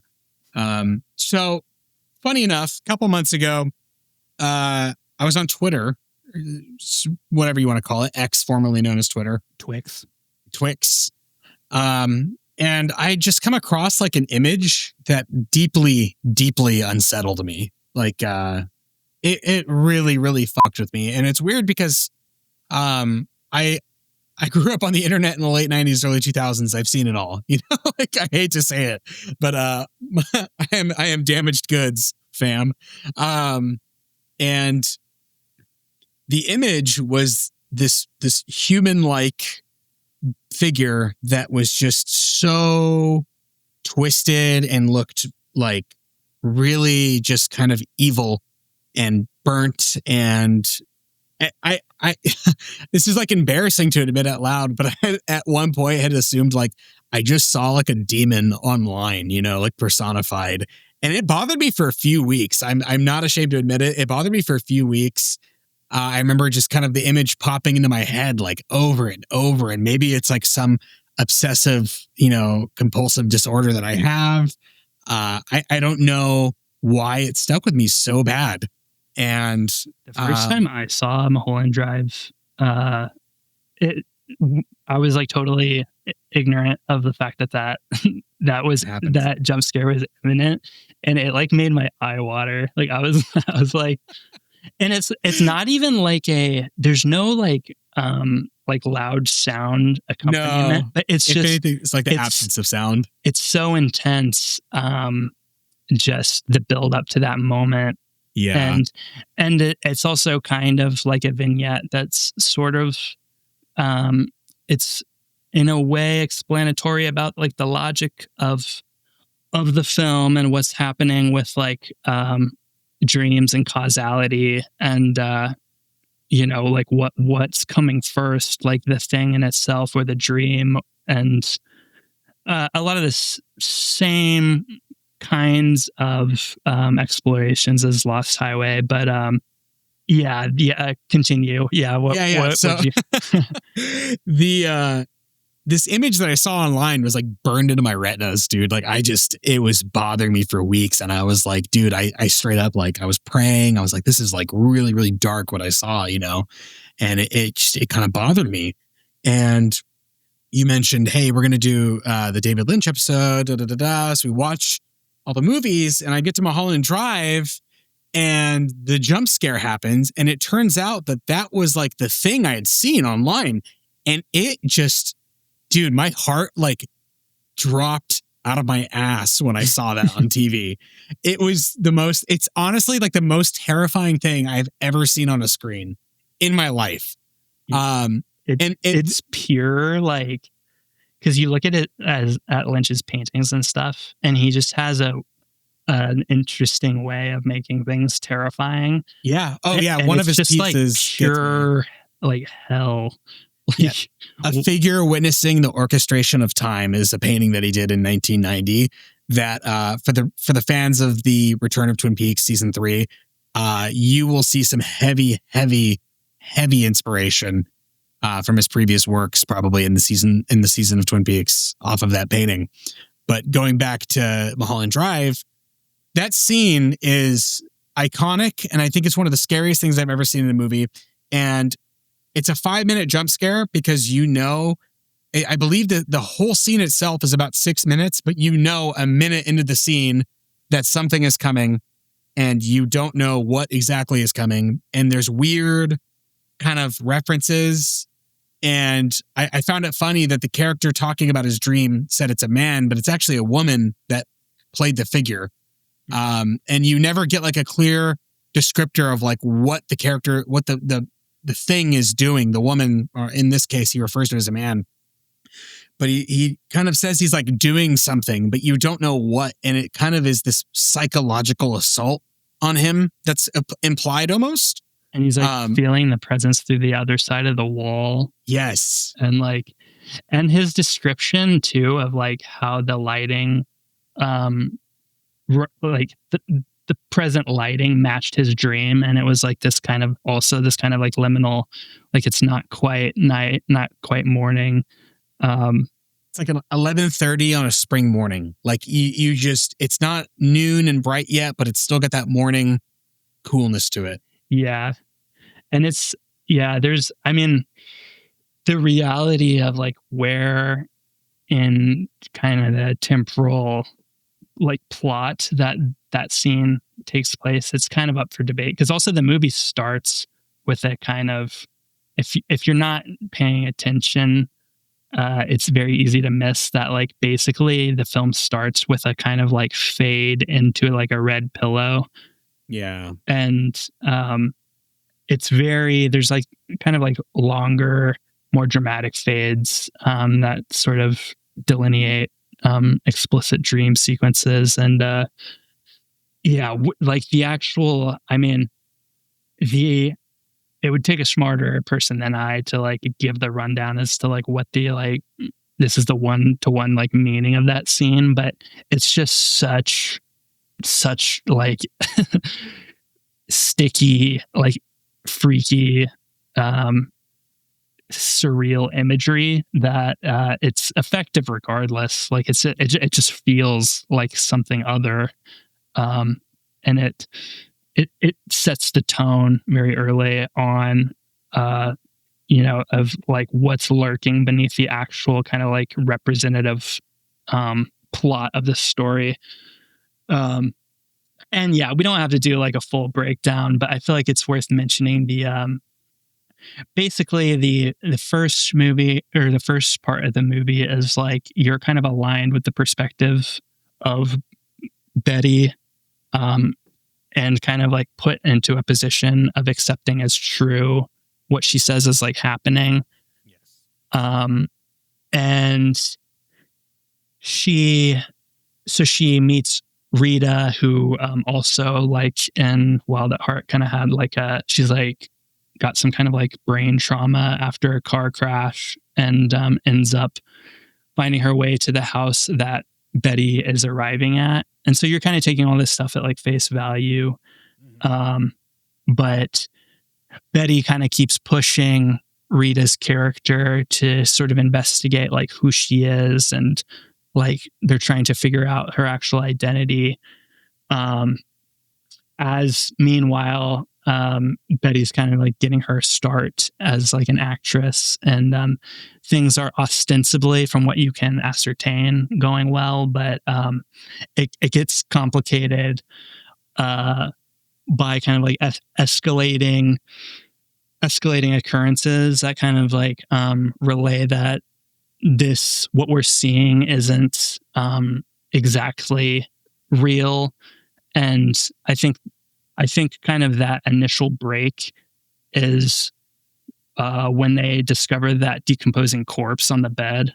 Yeah. And that's where like Rita's character has a split and like cuts her hair and is wearing a blonde wig, and like her and Betty's, like there's a lot of like visual effects that kind of like meld them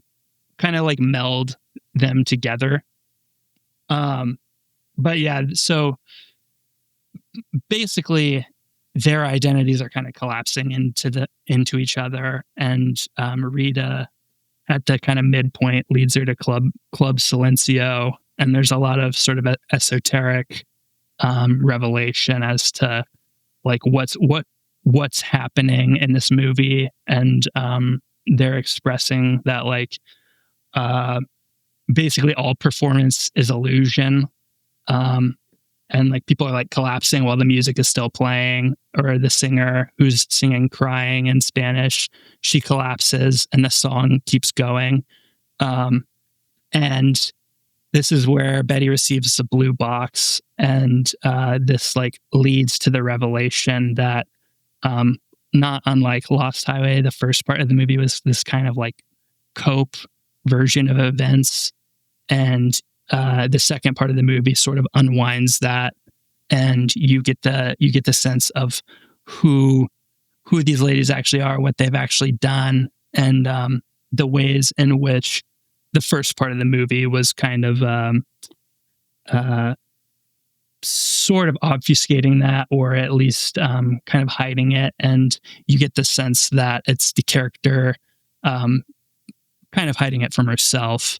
And it has kind of like a cyclical type structure as well. There is the dream world is the majority of the runtime. There's the revelation of reality, which is kind of everything after Silencio, and then there's the circular ending, returning to Club Silencio. But basically, you find out Betty is actually Diane, and the movie basically ends with the revelation that she's like created this cope elaborate fantasy, and she kills herself. Oh yeah. After that kind of ending scene. Yeah, she puts a hit out on Camilla, and you kind of start to like pick apart like, oh, this is actually like this character was standing in for this character, and this is like, you know, this is like a totally idealized version of events, and actually Betty is Diane, and Diane is like completely at the end of the rope. And like with Lost Highway, it kind of loops back in on itself. But yeah, it was, I had also seen Mulholland Drive before I thought it was interesting, the whole story about how it was basically like everything pre Club Silencia was filmed to be a TV pilot.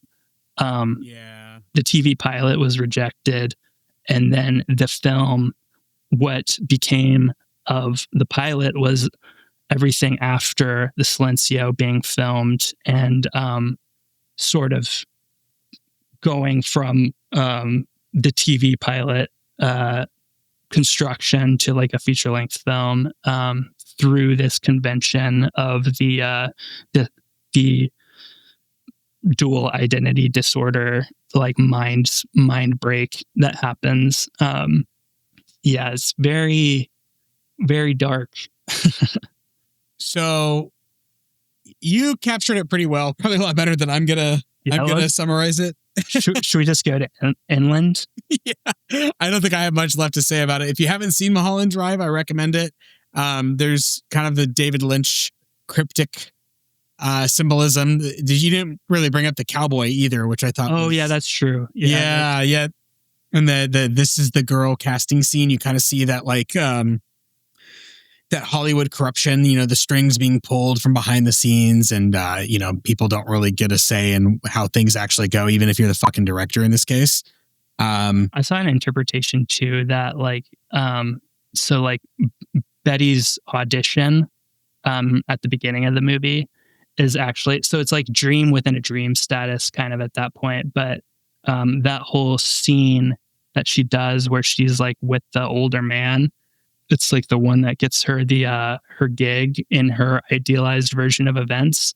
I saw someone saying that was basically revelatory of the fact that why she acted that scene so well was there's like an implication that was her lived experience of again some sort of like sexual relationship with someone who's her father's age while she is like a young teen, and it basically implying that there's like this bigger kind of like cycle of abuse that's happening, which brings us into Inland Empire, which is like that, like fractaled and like take a tab of acid and like. Yeah. Inland Empire was probably the hardest one for me to kind of follow. Yeah, I really didn't try to grasp as much as like, I was like, this is one where I'm just gonna like let it flow and just see where it goes, because I had never seen all the other ones. I had like seen but never done like a concerted like analysis type viewing for.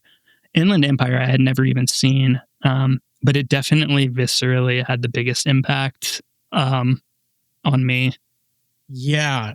So with Inland Empire, it's like I wrote in my notes, it's like a 3-hour digital fever dream. So Lynch shot it with a digital camera himself, I would say, for most of the scenes at least. Yeah. I think 99% of it.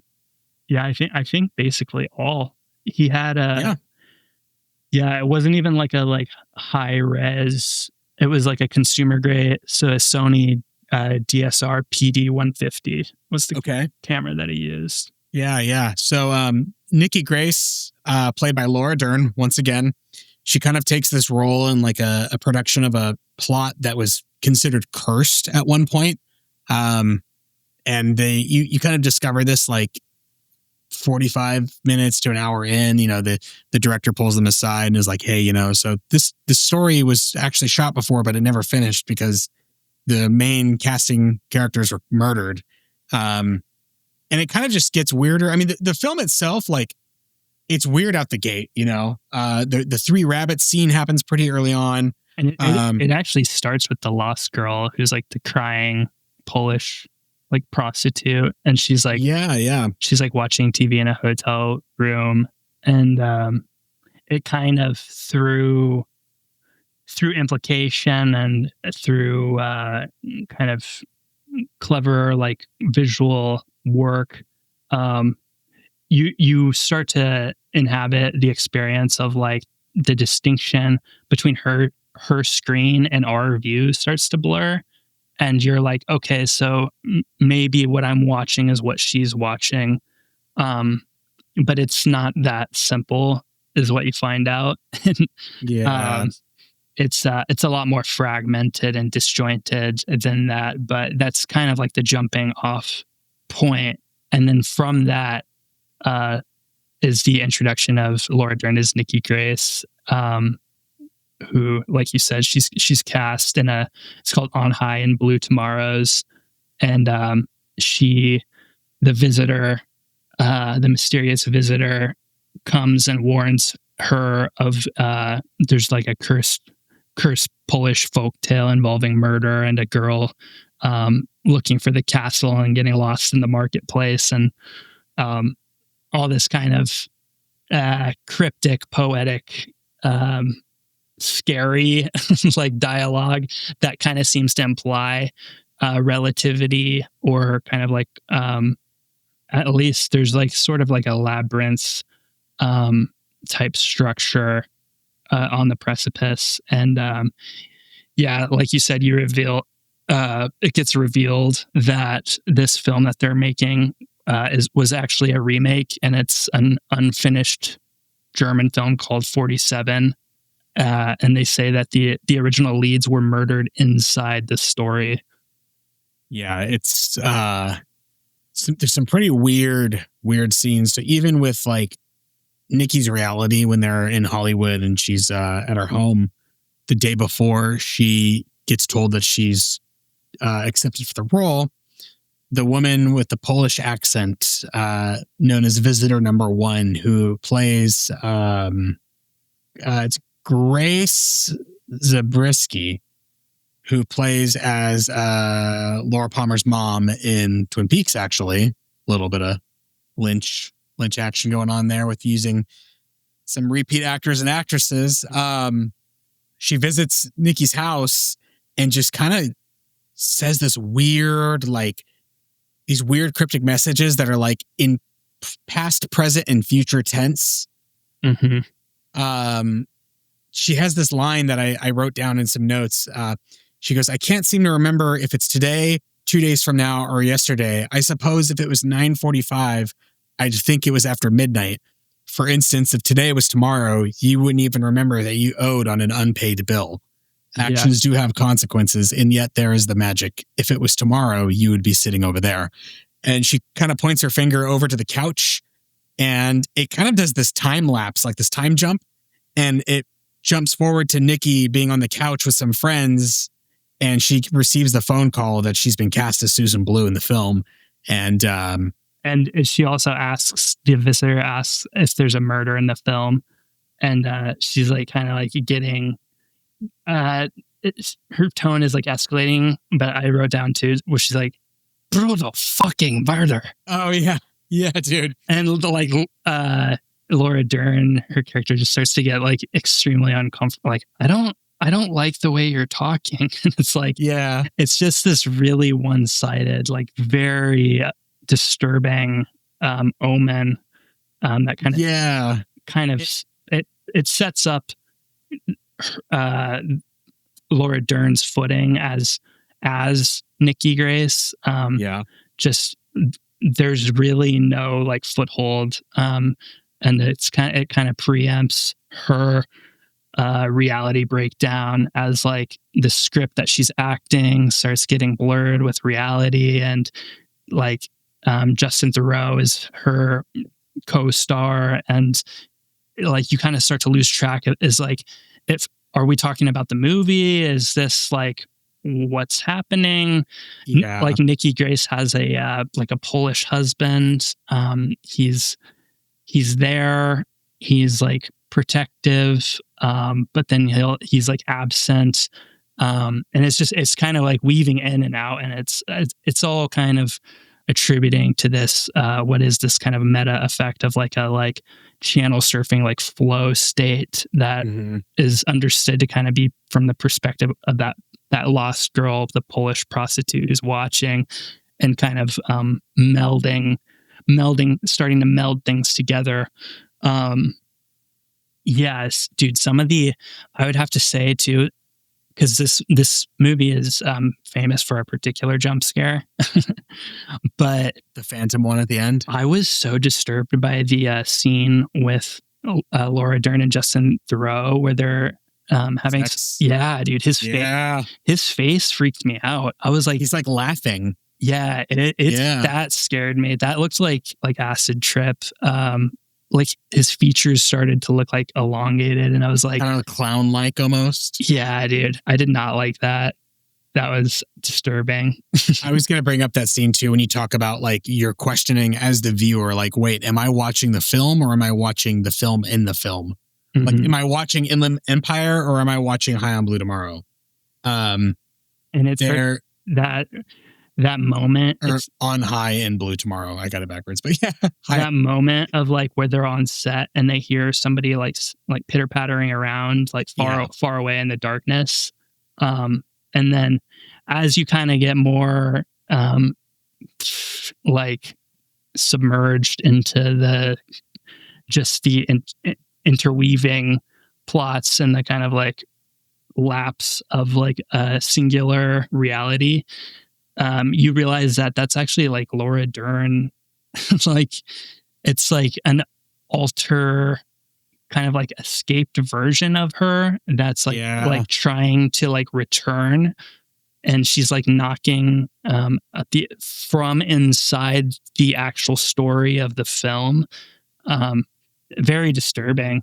Yeah, that's like a point of the film too, where if you were new to David Lynch's stuff and you started with this, that is like a point in the film where you now have to have like that willful suspension of disbelief, where it's like you now need to understand that like Lynch films don't make sense logically. Like they are more so for capturing feelings, and they portray like you could watch a Lynch film, like starting Inland Empire, you could watch it and everything could be technically presented as like nonfiction, you know, like there's no spaceships and aliens and, you know, like there's nothing of fantastical nature that is like, oh, this is obviously like based in a universe that it's fictitious, you know?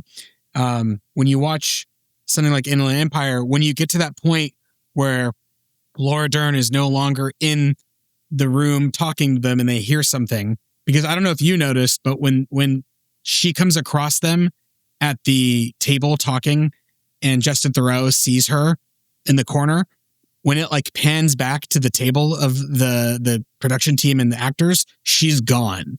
Oh. Yeah. So there's like a weird, like kind of metaphysical thing going on, or like a spiritual, I don't know, like kind of quantum, like. Yeah. So that's kind of the point where you need to be like, okay, hey, this is no longer based on like any logical reality. This is now going to get weird. And yeah, that was kind of like again, going back to that kind of, now you know, it's like a moment in the film where, okay, now you know this is something weird is going on. Like it's like officially like you're past that point of no return. And kind of when she kind of runs from Justin Theroux and she goes into that house that's like it's just supposed to be like a wall prop on set. Mm-hmm. And she goes in and it actually ends up being her house. And I don't know if you caught it, but I'm almost certain that it's the house that the visitor number one refers to when she's like, oh, I'm in that brick house at the end of the road. Oh. And it's the same. I'm almost certain it's the same house. Yeah. Yeah. So there's like a weird connection there. And that's the point of the film where the reality falls apart. And again, she's in that home. Set designed by Lynch, liminal space. Like the first one that just really, really hits you is it's got these kind of pink walls and this weird kind of Southwestern, almost like Art Deco, kind of like Americana hybrid, weird lighting, weird color usage is like this kind of pastel pink against this kind of emerald green. The walls, and there's a lot of really just striking setting imagery used in the house itself. Mm-hmm. And it almost makes you think like she's having this like identity crisis, and you said it's the self against self. Mm-hmm. Yeah, I would agree with that. She's having like a psychotic episode almost. And I would say at this point, though, the film does kind of get hard to follow in terms of the timelines and like what's happening. And it remains like this for quite some time. And I would say it doesn't really snap or click until the scene where she's bleeding out in the street next to like Terry Crews. And the scene ends and the homeless lady's got the lighter in front of her face as she's like dying. That section ends and it's kind of this like this reveal and it pans out and it turns out that she was on a set. Yeah, dude. That was the one. I mean, that was the part I think that was like more like visceral and intense than I guess the parts that are talked about from this, because again, so the cycle repeats and she is stabbed with the screwdriver, like there's the Polish girl at the beginning who like the whole story is kind of set off by she's like commanded to stab another woman who it's like her cheating husband is with, or like blah blah blah. But it's that kind of like re-manifesting, and it ends with, so at that point I don't even, what identity state is Laura Dern in at that point? I guess Susan Blue, because she's on the film set, but she gets stabbed and like bleeds out. And there's this reveal that there's actually like a there's like a dolly mechanism that's above her, and it's like an active film set, but it's not like her character like recovers. By that point, I mean, everything is like so bound and wound and kind of like one like psychic just like haze that it gets really difficult to sort of like piece it apart. But I think you're not supposed to really know if she's playing Nikki or Sue by that point. And then the camera reveal kind of hits and it's like, I don't know. I think there's a case to be made that she could still be playing Sue even when she enters kind of the Axon N like radio place at the end of the film where the final sequence kind of hits. Mm-hmm. Because the rolling credit scene, I don't know if that's technically considered part of, but like it does kind of allude to like all the things that we're told about in the film within the film. So I don't know. It definitely gets weird, like because the monkey, Nico, the lumberjack, like it's just like it just kind of like just dissolves into like chaos. Yeah, dude. And then, oh man, that's just like she sees herself like in the theater. New fear unlocked, getting stabbed, and the only people around you are just like crackheads. Yeah, and they just run. I was just like, it's just this profound, like upsetting death sequence, and then immediately undercut by that crane shot, revealing that I guess it's Nikki's final scene. But at that point, there's been so much Susan like collapsing in on itself that it gets unclear. So what did you make of the actual like stalker entity, the Phantom, as they call it? Yeah, this is a tough one. Like I said, Inland Empire was probably of the four we watched. I think Inland Empire is. It's like Bob. It's like Bob in Twin Peaks in a lot of ways, where it's like it's not like it's not so concrete that it's an actual like human being, right, as much as it is like this kind of like eternal force. And he's represented as being this hypnotist who like disappeared from the circus and is now stalking, like at one part Sue, at another part Nikki, both Laura Dern alters. He's the one who hypnotized the woman with the screwdriver to kill Sue. Yeah. he's this kind of just, I guess, this lurking presence, and is like the manifestation of this like shape shifting evil that's the cause of this curse that's plaguing all of the women who are kind of like wrapped up into this story. He's the figure that's kind of like responsible for the sort of like cyclical nature of the violence that they're experiencing.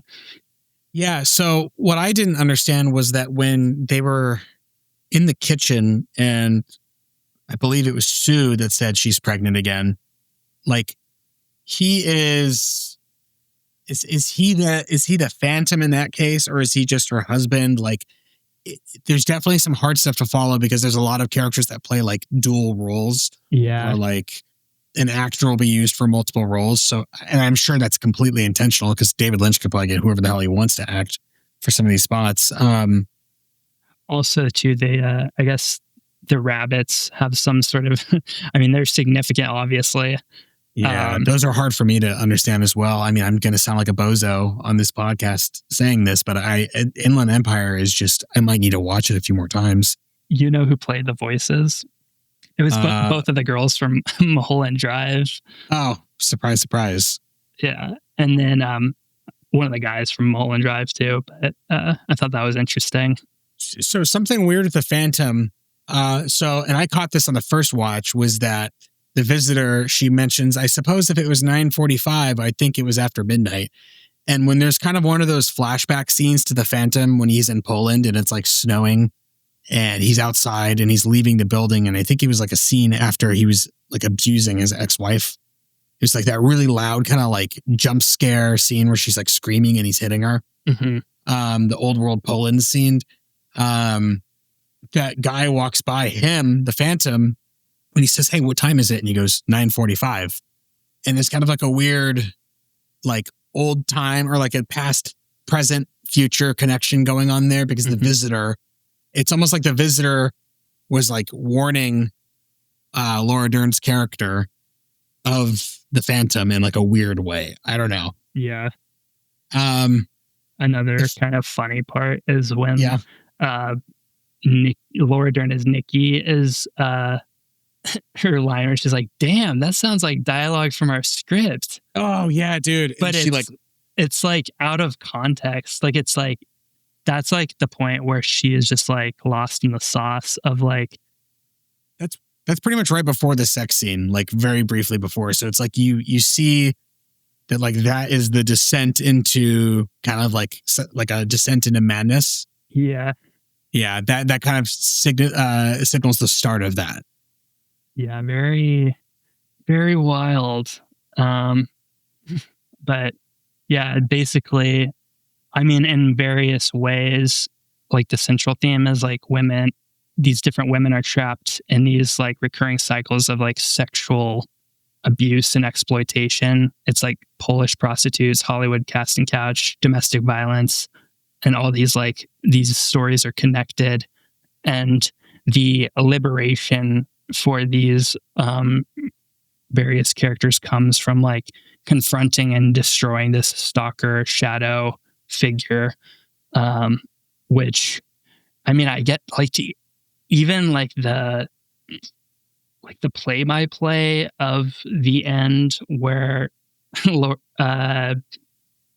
where the Phantom is killed is like, it's hard to even like identify what literally can be said to happen other than an extreme freaking jump scare that's like probably one of the more disturbing images that's ever been created in a film of the Phantom, with the kind of like cartoonish sort of like monster mouth and eyes. Yeah, it's like the eyes are like jumbo and the mouth is like stretched wide. Yeah, like teeth bearing. Yeah, it's not as bad as the Mulholland Drive jump scare.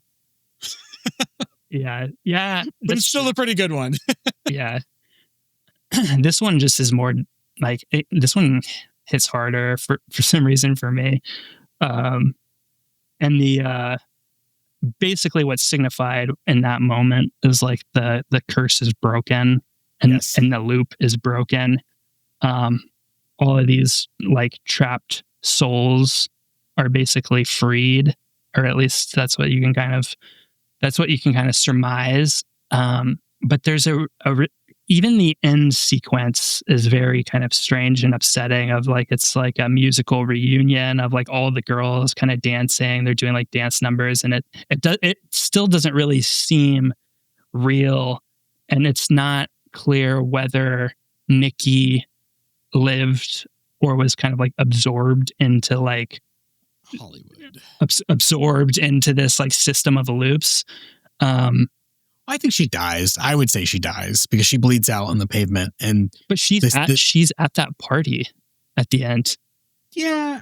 So maybe the end credits, like, I don't know. And then also at the party is, what's her face from Mulholland Drive? The one that plays Rita. Oh, yeah. Laura Healy or Herring? Herring, yeah. Yeah, Laura Herring. She's at the party too. Yeah. That could just be like Easter egg type thing. Because it's like over the credits. I don't know. There's like a weird... This goes into the weird, dreamy, kind of nonsensical... Like, it may not have any correlation, or it could. And I think it's up to interpretation. But to me, I feel like... the real like concrete kind of ending is when she is back at home sitting in the room with the visitor, and she looks at the couch that like did the time where the time jump happened. Mm-hmm. And she sees herself like wearing the blue gown. Mm-hmm. I feel like that's like the ending. And then the end credits just kind of are like a nonsensical, just like, I don't know, like just references to itself. Yeah.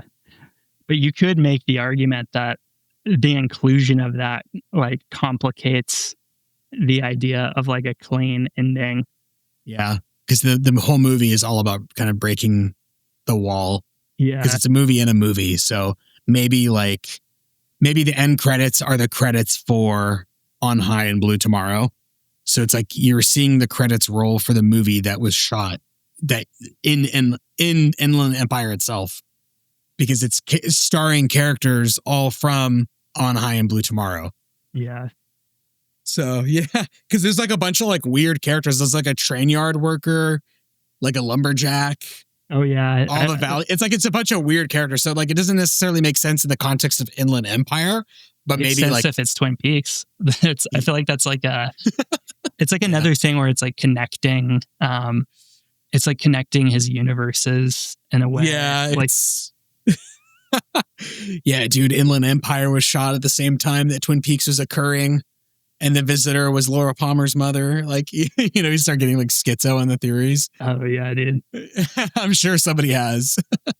I mean, I feel like Lynch must be pretty, like, he must have been pretty interested or kind of like well read on things like MK Ultra, because it's just maybe so much.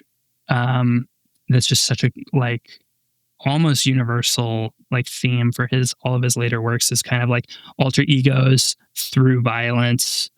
So yeah, there's definitely, I mean, you could go schizo, kind of pursuing some of those, the messaging and that, and just the Hollywood kind of dream factory casting couch sort of like network of things. That's always kind of like a looming presence in his work. But yeah, dude, I feel like, do you feel like you have anything else you want to add about David Lynch's work, or anything about the movies we went over? Just R.I.P. to the GOAT. Straight up, R.I.P. to the GOAT. His death was, I'm usually not one to, I mean, obviously death is a sad thing, but you can't be too sad about everybody dying, because everybody's going to die. And I hate to sound dark right now, but there are a few celebrities that when they've passed, it hurts, because that the world has lost somebody very, very unique. And in the case of David Lynch, one of the greatest, in my opinion. He may not have had like the extreme mainstream success, maybe in the recent years at least. I know Twin Peaks was a hit, but for those who know and they're into more of the arts, I think he was one of the greatest directors of our time, and it's a shame, but we can be thankful for what he's done. And based on his own kind of philosophy and understanding of reality, I mean, I think he is okay with the notion that someday his kind of mortal coil will cease to be, because, like I said at the beginning, the wheel of birth and death is where he believes he'll be until supreme enlightenment is achieved. So that wheel shall continue to spin. Yeah. But yeah, I guess so we're going to call it here. Go to acid.fm, become a patron to listen to part B, and don't do drugs, do acid. Thanks, guys.